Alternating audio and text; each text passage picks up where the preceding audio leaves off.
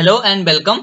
हम लोग डिस्कस कर रहे थे पूर्वावलोकन घटना चक्र, जिसमें पॉलिटी एंड गवर्नेंस वाला जो सेक्शन होता है, जिसका इनाउगुरल सेक्शन घटना चक्र ने का जो आया हुआ है मार्केट में, उसमें हम लोग देख रहे हैं लास्ट 1990 से लेकर के आज तक के जितने भी क्वेश्चन है पॉलिटी एंड गवर्नेंस से। तो उसमें क्वेश्चन नंबर 11 आपके सामने दिख रहा होगा यहाँ पर सबसे नीचे। ये 11 क्वेश्चन से हम शुरू करते हैं इसमें कि विच ऑफ द फॉलोइंग इज और मतलब कि इसमें एक ऑप्शन भी सही हो सकता है या मोर देन वन ऑप्शन में बी करेक्ट। तो which of the following is are principal feature of the government of India act 1919 या 1919 का जो गवर्नमेंट ऑफ इंडिया एक्ट थे उसके प्रिंसिपल फीचर्स क्या थे। Introduction of dyarchy in the executive government of provinces. आपको पता है कि डुअल गवर्नमेंट ही डायरकी होती है और इसमें ट्रांसफर और रिजर्व लिस्ट वाला पूरा फंडा होता था। आपको पता है एक ट्रांसफर लिस्ट के कुछ सब्जेक्ट्स होते थे जिसमें गवर्नर जनरल के साथ साथ जो लेजिस्लेटिव काउंसिल होती थी प्रोविंसेस के उसके भी अधिकार होते थे। लेकिन जो रिजर्व मैटर होते थे डायरकी में वो केवल एग्जीक्यूटिव हेड कौन होता था, गवर्नर या फिर governor general. Governor general centre में और प्रोविंसेस की बात करें हम तो प्रोविंसेस में जो एग्जीक्यूटिव हेड होता था वो होता था गवर्नर। तो introduction of dyarchy in the executive government of the provinces ये बिल्कुल सही है। 1919 के एक्ट में आप देखेंगे तो जो एग्जीक्यूटिव गवर्नमेंट होती थी प्रोविंसेस में वहां पर डायरकी को लागू कर दिया गया था। डायरकी का मतलब वही है ना, डुअल गवर्नमेंट, जिसमें कि जो नीतियां होती हैं उनको दो पार्टों में डिवाइड कर दिया गया था, एक ट्रांसफर लिस्ट में एक रिजर्व लिस्ट में। और उसके बाद में अगला ऑप्शन है कि the introduction of separate communal electorate for Muslims. देखो मुस्लिम्स के लिए सेपरेट इलेक्टोरेट 1909 में आया था, ठीक है, तो 1919 में नहीं आया था। इसको कहते हैं मार्ले मिंटो रिफॉर्म, ठीक है। तो आगे बढ़ते हैं। And the third option is devolution of legislative authority by the center to the provinces। ये भी सही बात है कि जो सेंटर गवर्नमेंट थी, सेंटर गवर्नमेंट ने पावर को क्या किया था, परकोलेट किया था, जो डेवोल्व किया था नीचे के लिए, यानी प्रोविंसेस के लिए। और उनकी जो लेजिस्लेटिव अथॉरिटी थी, प्रोविंसेस की जो लेजिस्लेटिव असेंबली थी या लेजिस्लेटिव अथॉरिटी हुआ करती थी, उनको पावर दिया गया। अब आप पूछोगे पावर कैसे दिया गया, तो भाई पावर इसी तरीके से तो दिया गया था जो ट्रांसफरेबल मैटर होते थे, ठीक है, उन पर जो है लेजिस्लेटिव अथॉरिटी जो प्रोविंसेस की होती थी उनका अधिकार होता था। वो उस पर कानून बना सकती थी, उस पर वोटिंग करा सकते थे, उस पर डिस्कशन कर सकते थे। लेजिस्लेटिव प्रोविंसेस में इतना चीजें दिया गया, लेकिन ये सेंटर पे नहीं था, आपको याद रखना है, ठीक है। सेंटर में ये 1935 में आता है, ठीक है। तब डायरकी को प्रोविंसेस से हटा दिया जाता है, 1935 में फिर क्या किया जाता है, सेंटर पे इसे लागू किया जाता है। तो ऑप्शन सी सही हो जाएगा, यानी कि जो क्या होता है, डायरकी एग्जीक्यूटिव गवर्नमेंट में प्रोविंसेस में लगाया जाता है। और फिर 11 में option C is going to is correct option. And then question number 12 देखते हैं हम लोग। क्वेश्चन नंबर 12 देखते हैं। विच of the following act introduce the principle of constitutional autocracy. Constitutional autocracy देखो होती क्या है। देखो आपको पता है दोस्तों कि ऑटोक्रेसी क्या होती है, जब पावर का एक्युमुलेशन होता है सिंगल हैंड में, ठीक है। सिंगल हैंड में पावर का जब भी एक्युमुलेशन होता है उसको ऑटोक्रेसी कहते हैं। अब ऑटोक्रेसी देखो आज भी हमारे सामने कई ऐसे एग्जांपल हैं जहां पर आपको देखने को मिलेगा जो भी एग्जीक्यूटिव हेड होता है किसी भी स्टेट का, खासकर आप इस्लामिक उसमें देखेंगे या फिर कई और आपको डिक्टेटरशिप वाले स्टेट आपको मिल जाएंगे जहां पर एक कॉन्स्टिट्यूशन तो उन्होंने बना दिया है दुनिया की नजर में कि मेजोरिटी ऑफ द जो नेशन है, डेवलप्ड नेशन है, उनके पास अपना एक अच्छा खासा कॉन्स्टिट्यूशन है। तो उन्होंने कॉन्स्टिट्यूशन को नाम मात्र का बना रखा है, लेकिन जो उनका हेड है वो उनका एग्जीक्यूटिव हेड है, वो पता नहीं कितने सालों से है, वो पुश्तों से चला आ रहा है और उसको ढेर सारी वीटो पावर दी गई है, एक्युमुलेशन पावर है। तो ऐसे स्टेट को ऑटोक्रेटिक स्टेट कहते हैं। लेकिन अब आपको क्वेश्चन ये याद रखना कि प्रिंसिपल ऑफ कॉन्स्टिट्यूशनल ऑटोक्रेसी, तो कॉन्स्टिट्यूशनल ऑटोक्रेसी किस एक्ट में भारत में आपको देखने को मिलती है। तो इसका सीधा सा आंसर ये है कि अगर आप भारत के कॉन्स्टिट्यूशन को देखें तो 70% भारत का कॉन्स्टिट्यूशन वो 1935 के एक्ट से प्रभावित है या वहां से लिया गया है। तो क्योंकि जो 1935 का एक्ट है इसमें कई सारे जो है कॉन्सेप्ट आए, आरबीआई बनाया गया, फेडरल कोर्ट बनाई गई, आप ये सारी चीजें आप पता कर गए हैं। एक फेडरल पॉलिटी का कॉन्सेप्ट अभी आगे हम लोग डिस्कस करेंगे। इसमें कई सारे सुधार हुए, ठीक है, और सुधार किए गए, डायरकी को सेंटर पर लगाया गया, और भी कई सारे इसमें इश्यूज होते हैं, कई सारे ऐसे एक्ट्स आते हैं, प्राविधान आते हैं जो हम लोग आगे इसमें देखते रहेंगे। तो अब आपको ये कॉन्स्टिट्यूशनल ऑटोक्रेसी आपको 1935 में इसलिए देखने को मिलती है क्योंकि एक तरफ तो आप बहुत अच्छी अच्छी बातें कर रहे हो, आरबीआई जैसी चीज बना रहे हो, फेडरल कोर्ट बना रहे हो, ठीक है, लेकिन दूसरी तरफ आप गवर्नर जनरल के हाथों में ढेर सारी पावर भी दे रखे हो, ढेर सारी उनको जो है रिजर्व लिस्ट पे मैटर पूरा लेने का अधिकार उन्हीं को है। और गवर्नर जनरल आपको पता है ऑन बिहाफ ऑफ क्राउन काम करता था ना, तो सेंटर में गवर्नर जनरल के पास इतनी पावर है और वो उसका जो है खूब यूज कर सकता था। तो एक तरह से ये कॉन्स्टिट्यूशनल ऑटोक्रेसी का जो आपको सिद्धांत है ये आपको 1935 के एक्ट में देखने को मिलता है। Option C is correct. And अब चलते हैं क्वेश्चन नंबर 13 पे।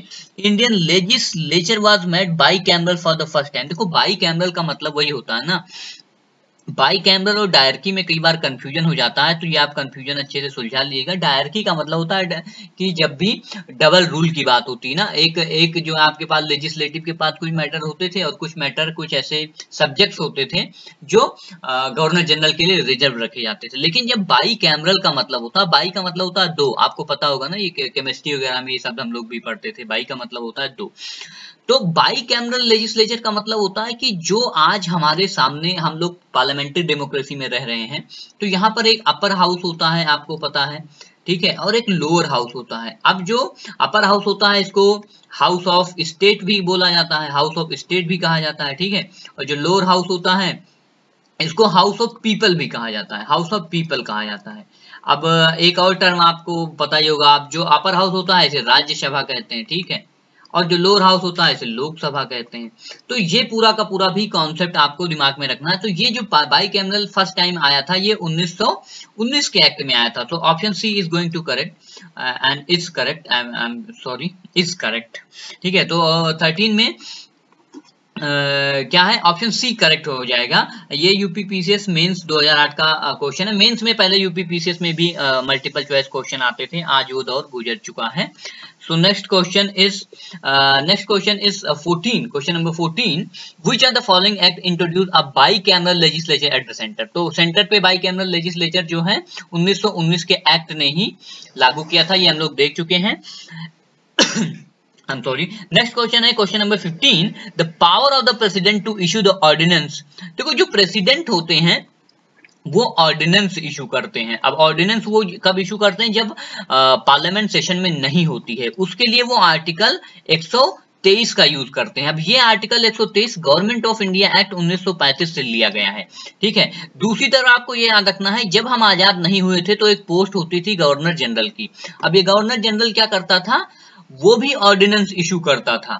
लेकिन अब आपको ये कंफ्यूजन नहीं होना चाहिए कि जो गवर्नर जनरल ऑर्डिनेंस इशू करता था वो 1861 के एक्ट में लिखा गया था। आपको पता होगा, अगर आप पढ़ें, जो 1857 की क्रांति होती है उसके बाद क्राउन का प्रिंस, क्राउन के पास पूरा अधिकार चला जाता है, उसके बाद भी एक एक्ट आता है 1861 का। अब इसमें आईपीसी वगैरह और इसमें कई सारी चीजें होती हैं और कई सारे चेक्स एंड बैलेंस जो 1857 की क्रांति होती है उसके बाद और इसमें कई सारे सुधार लिए जाते हैं। और उसमें आप इसी में आपको पता होगा कि राजा बनारस, पटियाला और सर दिनकर राव को, इन लोगों को पहली बार काउंसिल में भी एंट्री मिलती है, हालांकि वैसे ही मौकरी होती है एक तरह की। तो 1861 वाले में गवर्नर जनरल को ऑर्डिनेंस की पावर दी गई थी। लेकिन जो आज हम बात करते हैं, जो आज हमारे प्रेसिडेंट सर हैं, वो 123 का यूज करते हैं आर्टिकल का, जो 1935 के एक्ट से लिया गया है।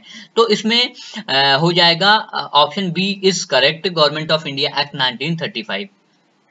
Next question is question number 16. Question number 16 is which act for the first time made it possible for the Indians to take some share in the administration of their country. पहली बार, ये बहुत ही अच्छा question है, UPPCS 2012 में पूछा गया था कि देखो पहली बार इंडियंस को ये कब लगा, मेड इट पॉसिबल, भारतीय लोगों के लिए ये कब संभव हुआ कि वो जो ब्रिटिश का एडमिनिस्ट्रेशन है या जो उनकी का जो उस समय चूंकि हम लोग सब्जेक्ट बन चुके थे, ठीक है, सब्जेक्ट का मतलब ये होता है कि जब हमारे ऊपर कोई राज कर रहा हो, तो हमारे ऊपर कौन राज कर रहा था, ईस्ट इंडिया कंपनी, और फिर क्राउन राज करता है, ठीक है, तो क्राउन के सब्जेक्ट हम बन गए थे।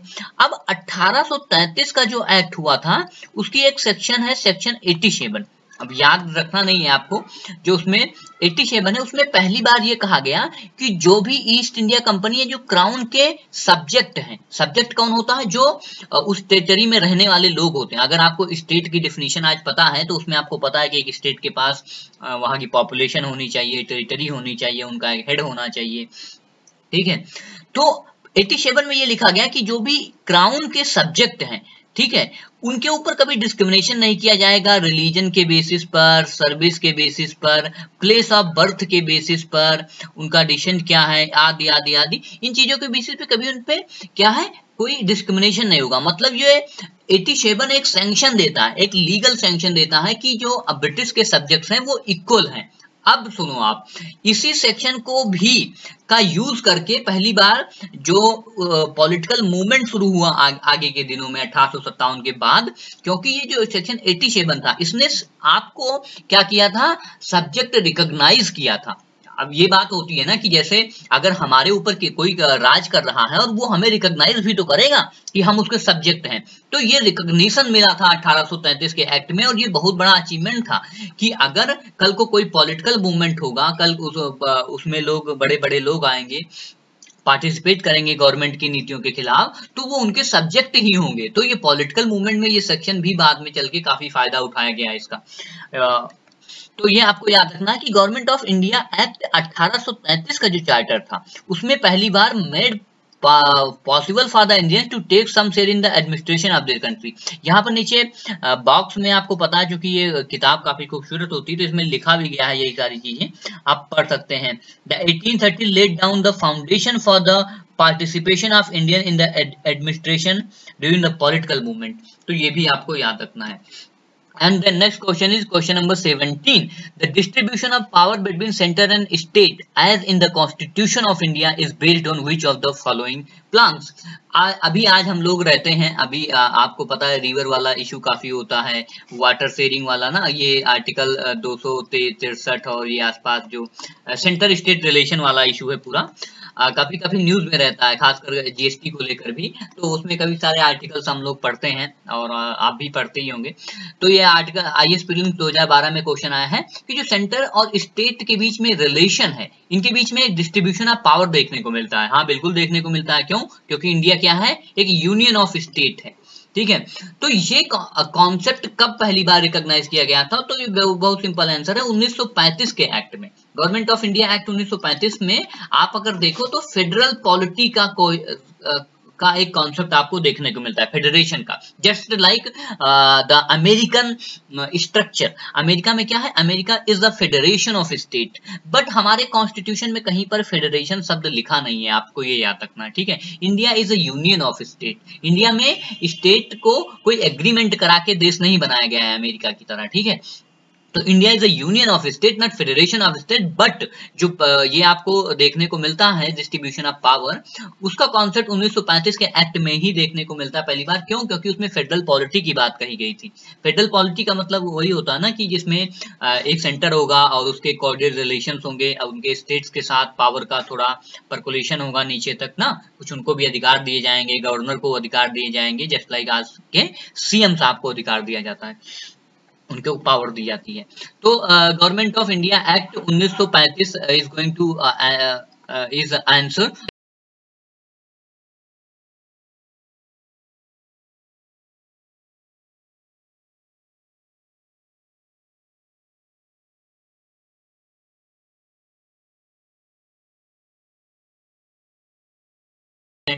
प्रोविंसेस में आई थी और उसको खत्म करके 1935 में इसे सेंटर पर लगा दिया गया था। ये 2013 में क्वेश्चन पूछा गया था। The provision for the establishment of all India federation. All India federation की बात कब भी कही गई? तो 1935 में। देखो फेडरल, ये शब्द आप याद रखना, federation, all India federation, federal polity, ठीक है, ये सारे जो कॉन्सेप्ट हैं ये सब 1935 के एक्ट से ही लिए गए हैं। अगला भी क्वेश्चन है, question number 20, which are the following acts provided for the federal polity in India. Federal polity, federal structure आपको कहाँ से देखने को मिलता है कि एक सेंटर होगा, उसके प्रोविंसेस होंगे, उन लोगों में पावर शेयरिंग होगी, उन लोगों में कोऑर्डिनेट रिलेशन होंगे, ठीक है, वो एक दूसरे से उनको अधिकार दिए जाएंगे वहां के गवर्नर को, कि वो भी कई सारे विषयों में अपने जो है अधिकार रखते हैं, कानून बना सकते हैं। तो ये सारी जो क्वेश्चन नंबर 20 है, फेडरल पॉलिटी जिसको कहते हैं, उसका भी आंसर क्या हो जाएगा, answer number C, which is government of India act 1935। This question was asked in UP UDA pre 2010। तो ये था क्वेश्चन नंबर 20 तक हम लोग देख चुके हैं। ये हमारी सीरीज है पूर्वालोकन की, and I hope you like it and wish you all a very happy journey.